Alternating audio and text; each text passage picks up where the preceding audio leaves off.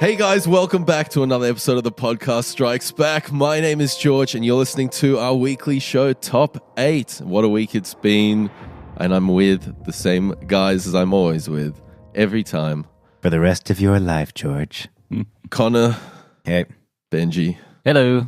I think I change your name every week. I like it. It's good. Kind of am different every week. I'm not severely hungover this week, which is nice. So lots of news this week, but before we get into that, what are we watching? Benny? I finished up season 1 of Fox's Legion, the X-Men TV series. You guys haven't seen any of this, have you? I've seen a trailer. There's a lot of bus ads around, which is cool, but it doesn't seem like anyone's actually watching it. But it is absolutely fantastic. I cannot recommend it enough. The whole season. It was created by Noah Hawley, the guy who did Fargo, the TV series, season 1 and 2. And it carries that just weird sensibility all the way through. It doesn't at any point feel like a Fox X-Men thing, and I mean that in the best possible way. It's just completely its own thing. You probably wouldn't even know it was X-Men, except for the word mutant being used a few times, but I cannot recommend it enough. Wait, so did you say X-Men? I did several times, yes. Is it part of... Some kind of a shared universe? No, wait, sorry. Isn't X-Men Marvel? Oh boy. Wow. Why do we have to explain this to you every week? So X-Men, the rights for X-Men for TV and film are owned by Fox. Are owned by Fox, yeah. Yeah, so they have their own universe of just the X-Men. Yeah. Yeah, so it's a Marvel property. It's Marvel Comics. You should know Legion is Charles Xavier's son, illegitimate son. I've been laboring under the impression this entire time that Legion was part of DC. Are you thinking of that shitty movie about angels, which wasn't part of any comic book universe? With Paul Bettany? Connor's severe non-knowledge of what's DC and Marvel. What have you been watching, Connor? I rewatched 2 films this week. One was Pan's Labyrinth, which is still just Nice. such a sick film. Guillermo del Toro. Yeah. Spanish language subtitled. Horror. I felt cultured after it. Just incredible, isn't it? It holds up as well. I mean, largely because a lot of the effects are realistic, or not realistic. Sorry, Practical. Practical. Thank you. But also, even the stuff that isn't that is CGI, that's quite clearly CGI. It doesn't take you out of the story. I think Guillermo del Toro's just design and art direction just gets it over the line, and it'll remain a seamless, just timeless piece of cinema. Yeah. The other one I watched was Book of Eli, which is one of those films that I will rewatch several times because I think it's a solid film. I just really enjoy watching it. I really like the look of that film, the post-apocalyptic desert landscape. Very cool, very cool. I remember watching that one in the cinema and liking it. I'm surprised to hear anyone has seen it more than once. Yeah, I don't know. There's just certain films that they don't have to be spectacular films, but as long as they're solid films, I'll rewatch it. So there's some movies that I think are like just critically are amazing, but if I'm going to sit down for 2 hours, I don't want to slug through it again. You're like this is like Blade or something. I kind of put it in that kind of underworld, that kind of category. It's a pattern emerging, isn't there? Yeah. No, it's just a really solid film, and the soundtrack is fucking unreal. Atticus Ross. Yeah. Trent Reznor's partner in crime. I love how Trent Reznor has to be mentioned every time that comes up. Like, just can't sit on his own, can he? Or Atticus. That opening theme's got such an haunting sound and texture to it. I love it. Yeah, just kind of really brings it home for me. Anyways, George, what have you... I know what you've been watching. Same thing we've all been watching, yeah. Yeah, Rick and Morty season 3 episode 1 dropped. April Fools. Best April Fool's joke of all. Super meta? Yeah, being Dan Harmon, it had to be meta, I guess. Yeah. It's like an April Fool's joke, but it's actually not a joke, it's real. Great episode. I think it's the best Rick and Morty opener yet. Unfortunately, we've got a bit of time to wait before episode 2. Mm-hmm. Coming out summer? Yeah. Well, American summer, our winter. Yeah, so very excited for that though. Really cool episode. I don't really want to say too much about it because I think people should just go watch it. I love the wackiness and the kind of meta nature of Dan Harmon in this. Like, it's just Dan Harmon's meta nature. This will kick in about 20 minutes. He's holding a coffee, guys. Just so you know. For the listeners at home. We do have a while to wait for episode 2, but I don't think that's really a problem with Rick and Morty. That show is so rewatchable. Every scene, every frame is so packed with jokes and just humor that you watch the third time the episode, you just get it. Yeah, I've watched through season 2 like 3 or 4 times now. It's just incredible. And there's particular episodes that I just love. It's a staple at my place. If people are over and we don't know, just kind of hanging out, Rick and Morty gets put on because it's just so watchable. Yeah. So let's get into the news, guys. Connor. This week in the news, our first number is the new Mummy trailer dropped. I believe it's known as The Mummy, starring Tom Cruise. The Mummy starring Tom Cruise as opposed to Brendan Fraser. This is the first film in the Universal Monsters shared universe. Is it, or is Dracula? They tossed it out, but the game was on. They set it up at the end.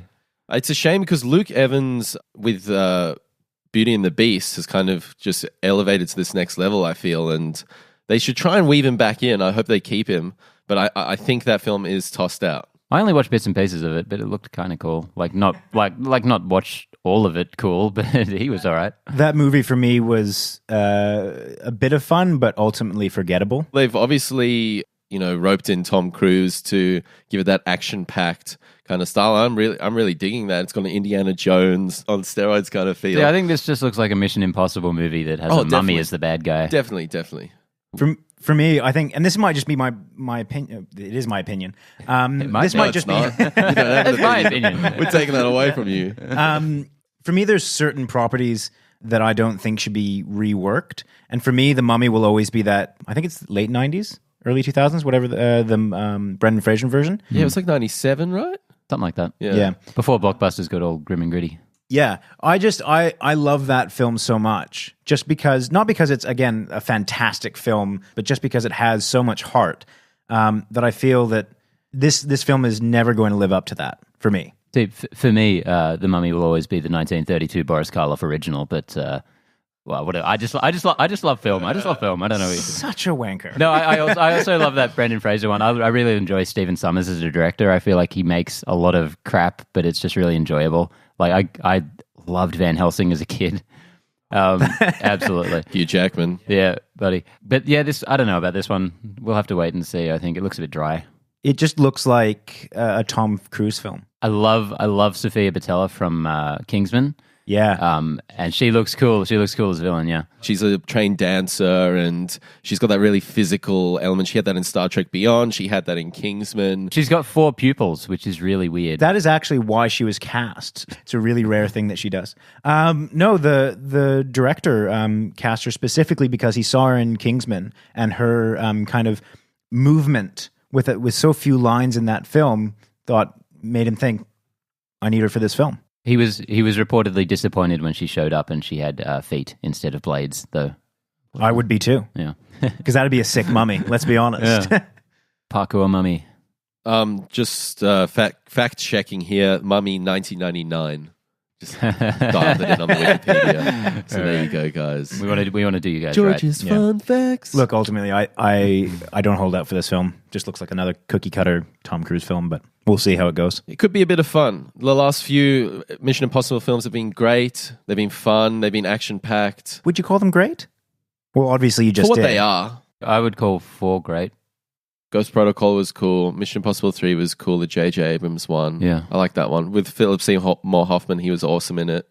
Yeah, okay. The last one Rogan Nation. That was 5. Yeah. Yeah, okay. That one was a little bit weak. The opening sequence with him on the plane was cool. Didn't really surpass that. Yeah, that was kind of burnt out. Yeah, people went nuts for that one. I thought it was a bit fine. I think it was 4 where they first introduced Jeremy Renner. I thought his character fell so flat, and that really took me out of that film. Well, the idea was he was going to take over the franchise, but that never happened. No. He's been going to take over a bunch of franchises like Bond. Yeah. He got kicked out of that. Mission Impossible. And evidently he's not going to be in the next Mission Impossible because of Infinity War scheduling clash. I will say he does a great Hawkeye. Good at that one. That's it. No, I'm sure he has other talents. Number 2 on our list is another trailer, Annabelle, Creation. I'm a huge fan of the Conjuring franchise.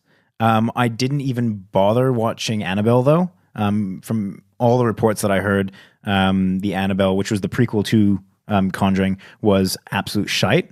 And now we have the prequel to the Conjuring. Did you see Annabelle 1? Benny? I didn't see it, no. You saw it. You're the only one who's seen it. Yeah. Listen, it was kind of like Conjuring or Insidious Light. It was, middle of the road, but there was a number of really great scares in it and cool camera techniques. So on that level, just as a fun kind of film, horror film, it wasn't too offensive. It seems very unnecessary, given that the Annabelle stuff was really good in The Conjuring. Yeah, did this need to be extended out? Do we need a backstory on this? This guy who's directing it, who's did Lights Out, David Sandberg. I was really impressed with Lights Out. We saw that together, Connor, last year, and I think they've kind of almost thrown Annabelle 1 out the door, and they're kind of ignoring it, and it's kind of like a pseudo reboot in a lot of ways. Yeah. I'm excited for it. I think it was a really cool trailer. I feel like, because when you're talking about the original Annabelle in The Conjuring being a very cool character, I guess, or just a little side note, I feel like this is the kind of franchise that spurted out in a boardroom where people say, oh, people liked that little tiny bit in the movie. Let's create an entire movie or an entire series out of that one thing without really thinking about, is there actually any story there? So I think that they might run into the same problem that I imagine they ran into with one, which is having a cool doll or a creepy doll does not make for an entire series. Did you guys happen to notice all the nuns in this? Because they're doing... Yeah, they're doing a whole spin-off film on the nun from Insidious 2? No, Conjuring 2. Creepy as fuck. Do you guys know that was added in very late in the process? That was a reshoot, that whole character, yeah. Wow. That's the most striking image from the series, I think. All that being said, this trailer, I think, looks pretty cool. It does, actually. That sequence with the little girl at the table with Annabelle, with presumably the mother or whoever coming in with the cross and just looking terrified. It's so minimalistic and just really creepy. Although what I will say, I'm so over crosses in trailers. It's just like a cross turning upside down or a cross like shivering in the air. I don't know what it is about that. I guess it's a trope now of horror films, but I don't like it. I don't know why. Connor, are you saying you hate Christianity? Is that your stance? He's nodding his head. I'm doing no such thing. No, I don't think it has the same effect that it might have, 50 years ago. It's very done, yeah. Yeah, I think horror films are at their best now when they don't rely on tropes. They can make homages to them, but I feel like Lights Out was something that I felt was really fresh as far as the genre, showing the monster really early on, and not kind of doing this reveal. And also the actual rules of the monster seemed to be very clear in that film, I thought. Yeah. The mechanics of everything was really nicely laid out. Yeah. The only real kind of boo-hiss moment of that film was when they had the UV thing, which was like an added rule. But even then I was like, I'm okay with that. Yeah. Anyways, moving on to number 3. Jordan Peele is in talks for Akira. So after his directorial debut, being Get Out being so massively successful, you can imagine that he has kind of any number of picks for his next project. So if he does go with this, we have to assume that he's doing it, it's going to be some kind of passion project, or he sees something in this property that he can really run and work with. That in and of itself makes me relatively excited for this film. Having said that, I know next to nothing about the original property. It is another anime to live action Hollywood film, so that should be ringing some alarm bells. I think this is very cool because I think Jordan Peele is a really interesting guy. He's had a very different kind of career trajectory, and I don't think a lot of people thought he had Get Out in him. I think a lot of people would have just sort of thought of he's the Key and Peele guy, he's the funny guy. But he's got a different level to him, and Get Out has obviously displayed that. And as you said, number of projects probably being put in front of him, scripts being thrown at him. Akira is an amazing film. You will definitely not like it, Connor. I feel like I'm kind of cornered into not liking things. Let's do a review on it. It's an incredibly visually striking film and an interesting examination on post-atomic warfare Japan and World War II Japan. I just want to clarify that none of us have seen Get Out because it is still not released in our country here, down under. Damn it, America. Yeah, but by all accounts, it's amazing. I think it's the best reviewed film of the year so far. I'm so excited for it. Yeah, me too. I wish they hadn't shown so much in the trailer. Yeah, I'm just trying to forget about it. Yeah. What is it? Next week it's coming out? I think it is. Yeah. Hopefully. As far as an Akira live action film adaptation, they've been trying to do this for 10 years or so. Zac Efron was attached to star in it at some point. And your mates, the Hughes brothers who did Book of Eli, were attached to it a number of years ago. I don't think this is going to happen with Jordan Peele. And I'm pretty skeptical that this adaptation is going to happen at all, honestly, especially after Ghost in the Shell's opening week. It's set to lose about $60 million, I think. Very, very tepid reaction to that one, which could possibly nix this, I think. Yeah, first weekend was 19 million at the box office. I think worldwide it's on about 80, 90 mil right now. So it's really on $120 million budget. You know, they're not even going to break even. I find that really unfortunate because I think that'll only hurt an industry, or it'll only hurt potential films that we want to see done properly. I think it's good to see an average film with some ethical concerns do bad. I think that's potentially a message. Providing that it's the ethical concerns that actually made this film fail. I don't think it was at all. I think it's because no one gave a shit, but I think it's still good that it's just not, doing particularly well. And the Paramount executive said, he actually came out with a statement. This guy, Kyle Davis, said, "We had hopes for better results domestically, and I think the conversation regarding casting impacted the reviews." So it's sitting on 45% on Rotten Tomatoes. It's really had just been plagued with bad press.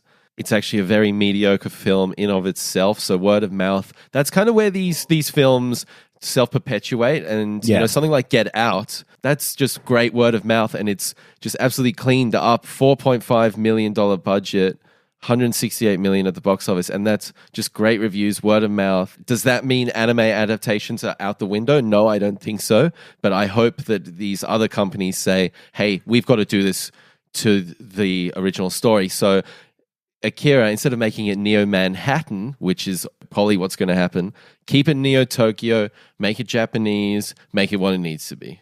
Yeah, see, and this is the issue that we had when we reviewed Ghost in the Shell. Is I think that's all and well to say from our point of view, just like, just make the film better. But I don't think it's as simple as that. I don't think we can just say, stick to the story and the movie will be better or it'll be more successful or any of that. I think that's really oversimplifying. I don't think so. Well, I think you're wrong. I don't think so. I think a major problem with that film was that they decided to change a bunch of things and keep others, and they just doctored the source material. I feel like that's such a nothing statement, though. Like, they kept certain things and they didn't put other things in, and like that's not actually saying. Well, why do you think Ghost in the Shell has done badly? I think that for first and foremost, it's a genre that is a bit of a risk to begin with. I think it's just kind of foreign enough for some people to be like, I'm not sure if I want to go in for that. I think that kind of style of film is not going to always do particularly well. If you think about sci-fis that have done really well, if you think Avatar, that really does have a very Go America type feel to it, even though it is out in space. This one has it feels as though it's foreign for that domestic audience. You feel like you're being very careful with your words. I'm so careful with my words. I have to tiptoe about exactly what I'm saying.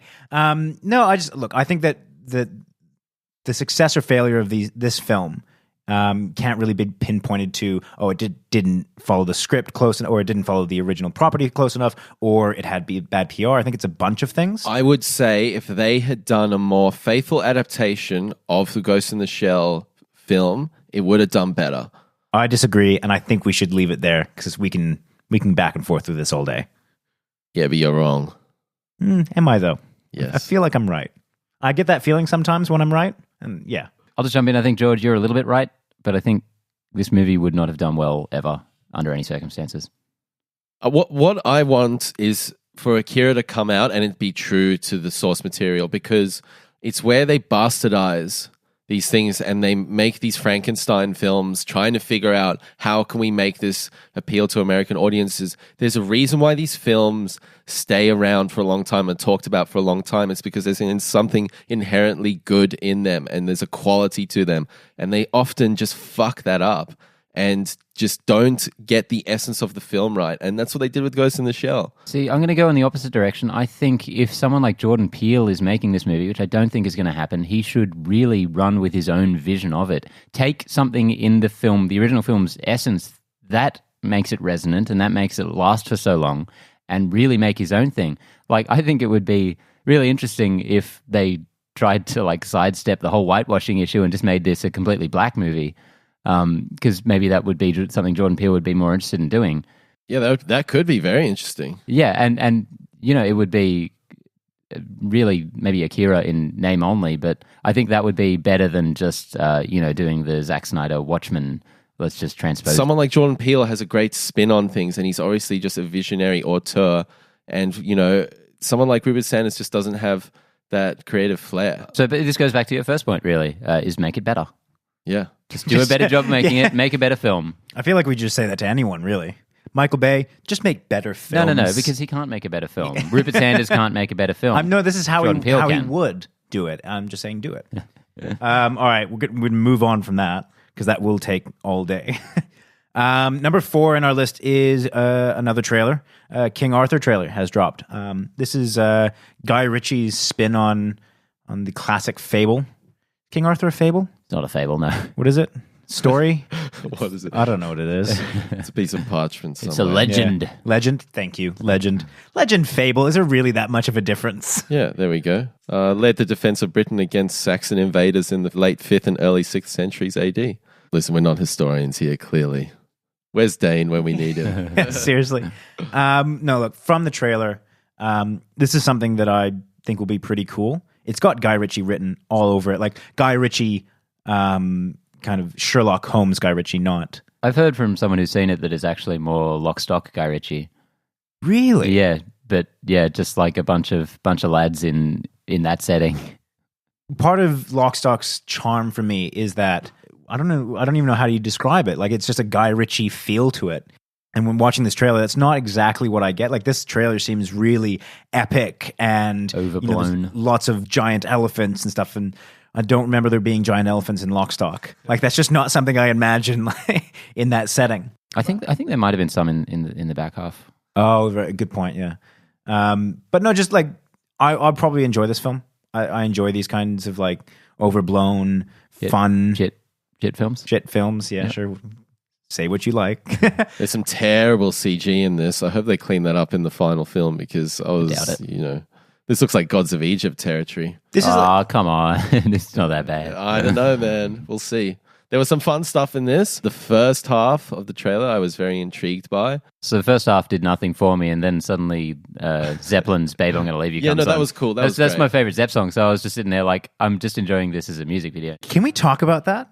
Because this is becoming a really big trend. Because we were talking about last year was let's take a classic song and slow it down to really kind of make this somber effect. Now it's let's take really cool 80s, 70s rock songs and put them in, like kind of maybe update them a little bit and put them in trailers, which I'm totally down with. Working for me. Yeah, Justice League got the cover of Beatles Come Together. Mm-hmm. And there was an Alien clip that got released this week as well with I can't remember which song it was though. Yeah. But I mean, it's definitely becoming a trend.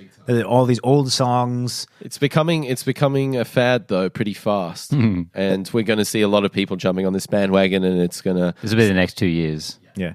This is the thing that really surprises me is that the fact that these movies are getting the rights to these songs. Like Zeppelin is notorious for not giving out the rights to their songs. There's a...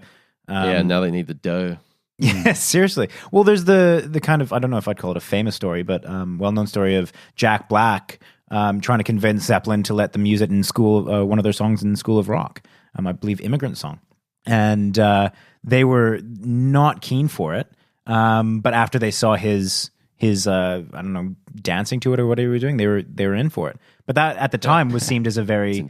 You must dance for them. That's what they did. That's Guy what Ritchie Guy Ritchie came went in out and just danced. Did a little boogie. Traditionally been very difficult to get Zeppelin to lease out their songs. I'm all for it. We'll see what happens with King Arthur. It looks like Solomon Kane with a $100 million budget. Which you'll love, because you love Solomon Kane. Do you guys like the Sherlock Holmes movies? I like number 1. We were actually talking about the score the other day. I think that's the best thing about The it. Hans Zimmer score for those films is, I think, among his best. Top 3. so good. Amazing. Listen to it regularly. His sort of 2008 to 2012 career, where you got Man of Steel, Sherlock Holmes, Inception, Dark Knight. I mean, these are just Some proper good scores coming out.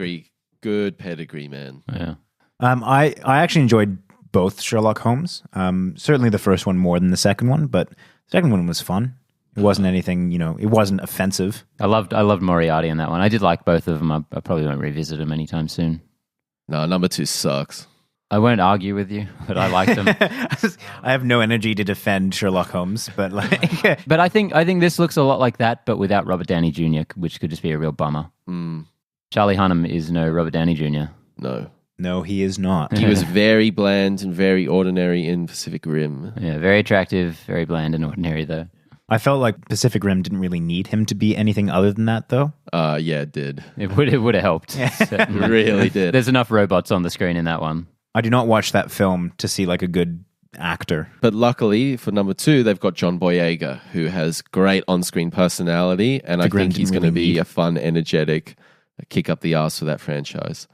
All right, moving on to number 5. The Invincible comic adaptation is now being attached with Seth Rogen and Evan Goldberg. Could not give less fucks about this. Benny, you're a fan of Invincible. It's Image Comics. Love Invincible. Robert Kirkman, who did The Walking Dead, which I don't like really in any incarnation terribly. But Invincible, I absolutely love. I've got like the entire series in hardback. I think it's just an amazing, really fun comic that's also ultra violent for some reason. But super enjoyable. And I think a lot of people have been waiting for a TV or film announcement for a lot of years now about this one. Kirkman himself said in the announcement that he's always getting asked about it. And I don't know if anyone can really recapture what's on the page and put that to screen, especially in like a 2-hour movie. But I think Seth Rogen and Evan Goldberg are about as good a choice as you could make. Because I know literally nothing about the original property. Do you think it will suit their kind of writing? Goofy.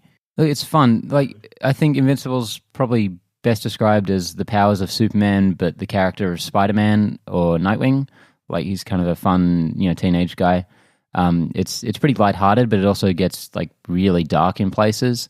And I think they could pull something like that off. I don't want to spoil it because I think that'll probably be the plot of the first film. But there's some amazing twists along the way. He's like an alien. He's kind of like an alien kid on Earth, kind of like Superman. The premise is he's the son of Superman, essentially. Yeah, okay. There's a Justice League, and he's the son of Superman, just kind of getting his powers. I almost hesitate to ask this. Is this part of the DC universe? Image Comics. Hey. Oisky. Not actually Superman. It's no. Okay, Image right. Comics. I just wanted to That's check separate because- universe. But I don't want to introduce you to another comic book universe because you can't handle two. Yeah, So- I get so confused. Look, if it's Iron Man or Superman or Batman, I know where they belong. Anything beyond that, I don't believe you. I don't believe you. I loved that episode where Superman and Iron Man team up and they go and do their adventures. You'd given someone a conniption out there, I'm goddammit. gonna hurt you, man. I'm gonna goddamn hurt you. Image Comics. Okay. You guys know nothing about Invincible, so there's not much more to say. But to anyone in the know, this is one of the greatest running comics out there. It's been going for 14 years or so, I think. Some of the best art you're ever going to see in a comic, really colorful and bright, and again, super violent. I really hope they can do something interesting with this. Are you a fan of Green Hornets, which Seth Rogen and Evan Goldberg did? I liked it. I like that production was a mess, obviously, with the kind of directors falling out and everything. But I enjoyed the final product. Never going to watch it again, but Fun film. It was fun. This is a very different thing. Like, this is going to... I hope they'll be able to handle it, man. They obviously must be genuine fans of it. Yeah. So it's a very sort of obscure property. The statement they released was promising. They said they really want to keep it intact, and they mentioned all the violence and everything, which is cool. I think this whole Logan and Deadpool obviously opened up for that whole genre of sort of R18 comic book films. They're definitely going to have to scale it back, though, because this comic is interplanetary, interdimensional, crazy nonsense. Right. Yeah. Sounds cool. Moving on. All right, number 6. Call of Duty plans to create a cinematic universe. Alrighty, what's number 7? It's kind of like that, isn't it? Marvel-esque, they said. I'm not surprised. I wish I was, but I'm not surprised. Okay, so we've seen this trend happen a lot where movie studios will announce a shared universe or a bunch of sequels. So, we had a couple of weeks ago Legendary saying Power Rangers, we've got 6 sequels planned, but is number 2 even going to happen after its box office performance? DC has notoriously announced films and then retracted those, and I think these studios need to just take it easy, get the first one right, maybe get a trilogy under your belt, say we've got plans for a shared universe, but it needs to be kept in check, because if number 1 is not good and doesn't make a good return at the box office, it's done. This is such bandwagon bullshit. It's just marketing fucking buzzwords nonsense. Yeah. It's just shared universe. Like what you say I'm makes over it, man. What you're saying makes sense, George, but it's just they have nothing to lose by saying we're going to make 7 of these, and then they make one and it's shit and they don't make any more. So they're just throwing this nonsense out there. It's just fucking studios doing a Hail Mary pass, testing the waters with, as you said, marketing buzzword bullshit. I'm tired of it, man. I'm tired of it, and I think it's boring. There's so many shared universe. We've got Universal Monsters, we've got Marvel, we've got DCEU, we're going to have Call of Duty, we've got a Venom one, we've got a this. Get it right. Get it fucking right, and then start talking about the other ones. Well, it's interesting that you list all those off, because as far as I'm concerned, there's only one shared universe. I don't think any of those others you mentioned have worked or have proven themselves in any way. Exactly. Well, and this is the irony. They have the template for how to do it right. Marvel pulled it off. They continue to pull it off. Yeah, and they didn't do it by announcing, hey, we're going to start a Marvel shared universe, at least not that publicly. They had a couple of films that had really solid followings. I'm pretty sure they did announce the intent with Iron Man to build an interrelated universe, but I don't think it was kind of like harped on about. Yeah. Pretty big news when Sam Jackson showed up at the end of that film. So that was actually in the film, though. Did they make a press release on that? That was in the film. No, but did they make marketing news before the film came out? Big fucking deal. What are we talking about here? If you find it out organically in the story, that's cool. Versus we're doing 18 movies. Get ready. They made a good movie first and they slipped it in at the end. There was none of this kind of pre-buzz about it, I think. But anyway, all this being said, I'm going to do a complete 180 and say I think there could actually be room for this. What is it? Modern Warfare? Oh, no. Call of Duty. Call of Duty. I do not give a shit about war games, but a lot of people do in a big way. And war movies as well, or soldier movies. I think they really have their own little market, and they can be very cheap to make. I think if they get Bay or someone in on this, with his Soldiers of Benghazi film, Lone Survivor, that Mark Wahlberg one, which was good. I enjoyed that. I didn't see that. The right people really enjoy these films, and I think if they start pumping out these, meatheads. I think if they just start pumping out these movies under that label. Just with little bits of sinew and connections in between them, they could really have something on their hands. 16-year-olds around the world will rejoice. Absolutely, yeah. Okay. I don't give a shit about it. Get John Cena. Boom. Yep. That smells like money. WWE. I'm not expecting it to be good. I'm actually expecting nothing from this. It's just such a... I'd never expect to hear about it again. Yeah. Glad that we reported on it. All right, number 7. Speaking of Michael Bay... he has recently made a comment about how I think he was asked, do you have any plans to continue the franchise? And he said, I actually have 14 other stories for this Transformers universe, shared universe. I think that quote should actually be counted as attempted murder of film press around the world, because that is just brutal. Did anyone want to neck themselves when they heard this? There's actually just a room of dead reporters that were not fucking them out. Yeah. So... Obviously, we're never going to see these 14 scripts or ideas or whatever they are produced, but just knowing that there's that many out there, that they're trying that hard with this franchise that literally nobody likes. Transformers is such it doesn't make sense to me. I saw this behind the scenes little caveat. I don't even know what the fuck you call it. Featurette, thank you. Recently about the new one, and people talking about it like, oh, Michael Bay is doing no one else is really doing. He's shooting with the native 3D and it's so cool. I'm like, fuck, you're still on this 3D shit? Yeah, Like- that was funny, eh? He was harping on about that. I was like, fuck me dead. Like it's dead, man. It's Just done. let it die. Done. But you gotta commend him in terms of photography and the technical side of things. He is a master. He's absolute A-class, yeah. Funnily enough, with Michael Bay, I found this really funny article from Gizmodo, a brief history of Michael Bay quitting the Transformers movies. Yep. So he's announced 5 times that he's leaving the franchise. So in 2011, after Dark of the Moon, in 2014, he said it again. In 2016, he said it again. 2017, and now he's saying, with this quote, "There are 14 stories written, and there's good stuff. I would like to do one of them, though." Like I said, this franchise has never made any sense to me. I don't know how he keeps are they making money? Yeah, they're huge. They all tip $1 billion easily.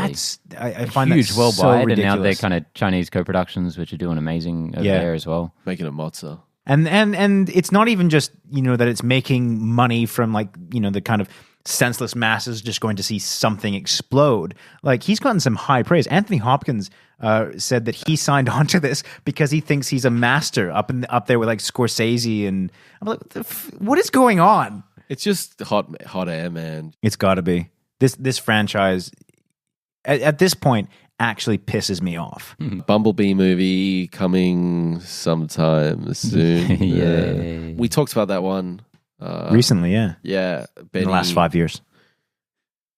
Hopefully they do an animated one. There's room to do something cool with Transformers. Just get Michael Bay out there, please. All right, let's move on. Final one, number 8. Some Dune news. Welcome to Dune News.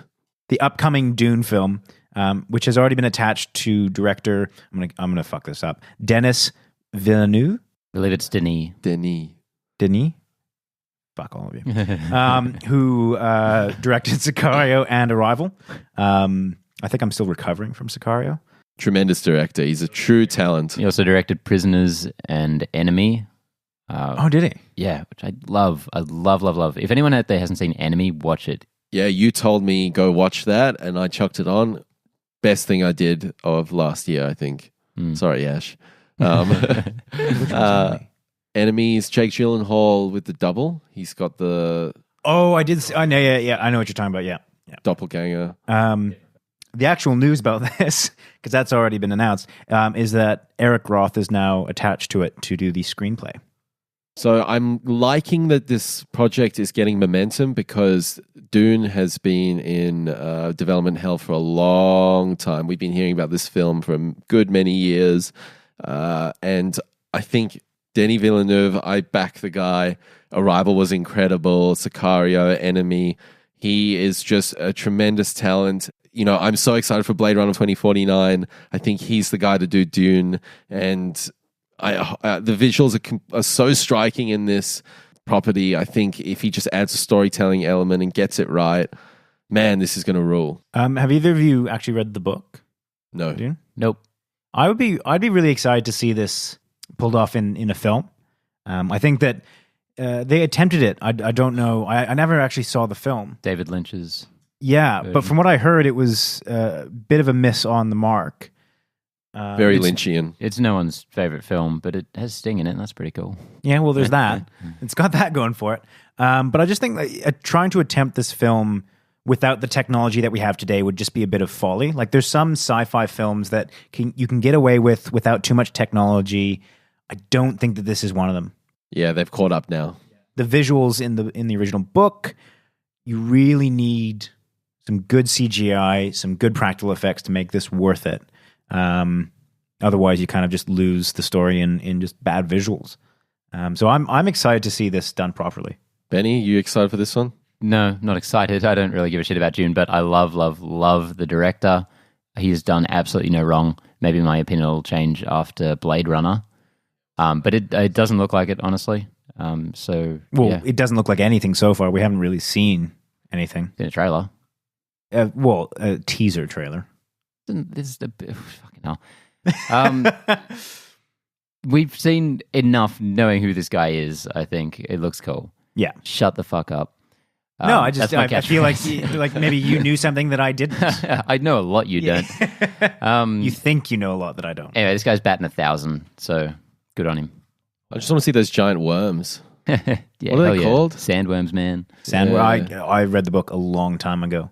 There was a boss in Zelda Majora's Mask, and it was these giant worms that burst out of the sand, very reminiscent of Dune. And so that's top 8 for the week. I think we've got a few honorable mentions to delve into. We've got the Alien Covenant TV spots. I didn't even bother watching these. I don't want to see anything like from now until this movie is released. I'd like to see no marketing material. Good luck. They just keep releasing more and more and more. Now they're even showing 15 minutes of the film in cinemas. Seriously? Yeah. I don't know why. I guess it must be good if they're showing this much of it, or they must think it's good. But just ease up on it a bit, huh? I don't like it when movies release this much of the movie. Yeah, there's a lot of content on this film being churned out. It's the way to do it these days, though. Power Rangers followed the same suit. It showed a lot of stuff, and this one, it was unfortunate. There was a few shots that I wish I hadn't seen. There's a few cool little reveals. I think avoid all... I hope there's not another trailer, basically, is what I'm trying to say. I inevitably enjoy films more if I haven't seen the trailer. Like, just every time. I saw Lights Out without seeing the trailer. I saw Allied without seeing the trailer. Saw Pirates of the Caribbean without seeing the trailer. No, I watched the shit out of those trailers. I'm done with the marketing for that film. Fast and Furious writer Chris Morgan teases Han Solo's possible return. Han Solo. Honestly, man, just erase the story. I love this franchise so much. So many people do as well, George. Erase this. Regardless of your feelings on it, we can't just sweep it under the rug. Yeah, we can. For me, this franchise has played into its ridiculousness. Like, if you look at the evolution of the franchise, and if you look at the kind of almost self-aware nature of the franchise, that for me is what sells me on these films. This franchise knows it's ridiculous. The stories are just getting more ridiculous. The stunts are getting more ridiculous. No one goes into this film thinking it's going to be an acting or craftsman masterpiece or whatever it is. Of course, and they've got the formula down, man. This is number 8 coming out. I mean, this is a billion-dollar franchise, multi-billion-dollar franchise, and yeah, I 100% agree with you. I just have no connection to this. I just don't give a crap. I really haven't enjoyed any of them. That's fair enough, but it's clearly scratching an itch that some audience out there really has, which I think is cool. Yeah. Do you have any interest in this franchise, Ben? I really enjoyed the 6th one. I've only you seen. have to think about it for a second. Yeah, I've only seen from 4 onwards. Watch 1, skip 2. Is my advice. Watch 1, skip a few. I'm not going to bother. I thought 4 was horrendous. I thought 5 was pretty good. 6 I enjoyed. I watched number 4 with you. We watched it at a midnight screening, and we were horrendously drunk for it. Had a lot of pure alcohol in us, and still it wasn't fun. I think I passed out at some point. You passed out like 3/4 through the film. Yeah, still didn't enjoy it somehow. Yeah. Look, I'll watch it. I enjoy the franchise. Han's cool. Han's cool. Bring him back. Why not? Yeah. It's just what we're actually talking about. One of the other honorable mentions was the Assassin's Creed or Macbeth film's director is to do the new movie Ruin. Cool. Cool story, man. I just wanted to talk about Macbeth because I fucking love that film.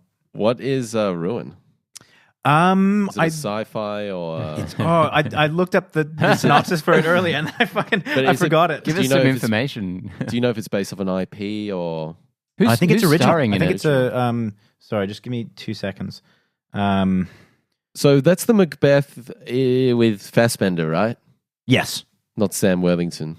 Sam Worthington did a Macbeth? Yeah, he did. But that's the one you're talking about, right? The one who did the Assassin's Creed film that was evidently incredible. Did anyone see the Assassin's Creed film? Hell no. Nope. Because whatever Rotten Tomatoes says, I believe. Well, can we come back to that and let's talk about... Hey, Star Wars Episode 9 script, first draft is complete. That's not news, George. Yeah, it is. Yeah, fucking is! All right, I won't say that to the guy wearing the Star Wars shirt, I guess. Yeah, don't you dare. So we'll get this shit done. Just give me 2 seconds. I'm finding it. So that'll be cool. The synopsis. Because that's going to happen, I think. Yeah, they're probably going to make that one. Yeah. Unlike June, I have a feeling June is just not going to happen. Well, yeah, it's been in development hell for, 20 years? Yeah. But I think 9, we can safely say it's going to happen. So going back to... Yeah, no, Ruin is actually... The film follows a nameless ex-Nazi captain? Captain. An ex-Nazi captain who navigates the ruins of post-World War II Germany. That sounds so good. The Ruin is a film that follows a nameless ex-Nazi captain who navigates the ruins of post-World War II Germany, determined to atone for his crimes during the war by hunting down the surviving members of his former SS death squad. Just based on that sounds sick. I want to tear you to pieces, but it does sound cool. God damn it! It just sounds like Magneto's part of X-Men First Class, which was that's what I'm thinking. Part, but it won't be Magneto. So it'll probably have Fassbender in it. Yeah, quite possibly. Because he was in Assassin's Creed. He was in Macbeth. He's attached to this director. We'll see how much he wants to be in it after Assassin's Creed. Yeah, which he produced though, so that's on him too. Although he didn't really have any attachment or knowledge of the original property, which is I always find it interesting. What do you mean he didn't have any attachment? Well, I watched an interview with him where he said that he kind of came. You know what? Fuck it. Let's not even include that. Yeah, exactly. I did watch an interview where he said that he had come to the property and Michael Fassbender with his good looks and giant penis isn't an avid gamer. All right, our final honorable mention is Stallone and Schwarzenegger are out for Expendables 4. Get to the chopper. I'm surprised there's going to be an Expendables 4. Well, we'll see now. Yeah, this is probably the death of the franchise. Hopefully the death of the franchise. Did any of you guys like any Expendables film? I really wanted to like number 1. It was a cool sort of concept, but it just didn't quite get there. I remember enjoying 1 when it came out. I enjoyed 2 and 3 when it came out. But I went and rewatched it, and I fucking hate it now.